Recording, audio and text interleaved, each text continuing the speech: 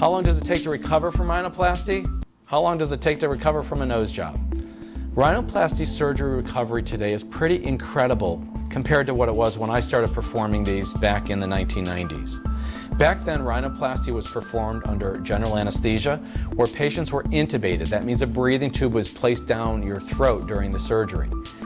The machine would be breathing for you. You'd receive general anesthetic agents for 3, 4, 5-hour operation.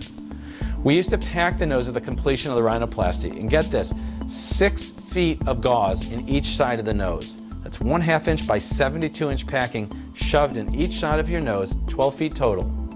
Of course, when it was placed, you're asleep and unaware.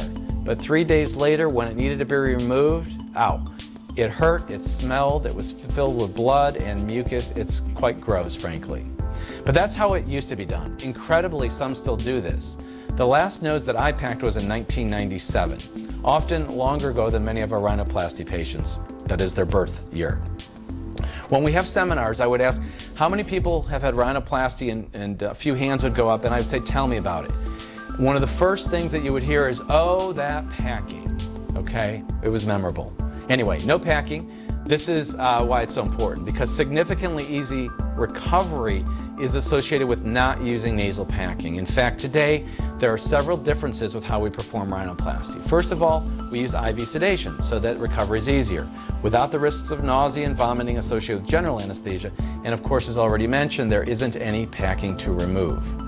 Patients do remarkably well.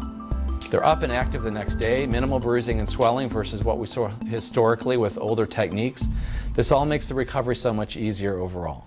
Patients may or may not use any pain medication, perhaps only Tylenol the first night, maybe half a pain pill.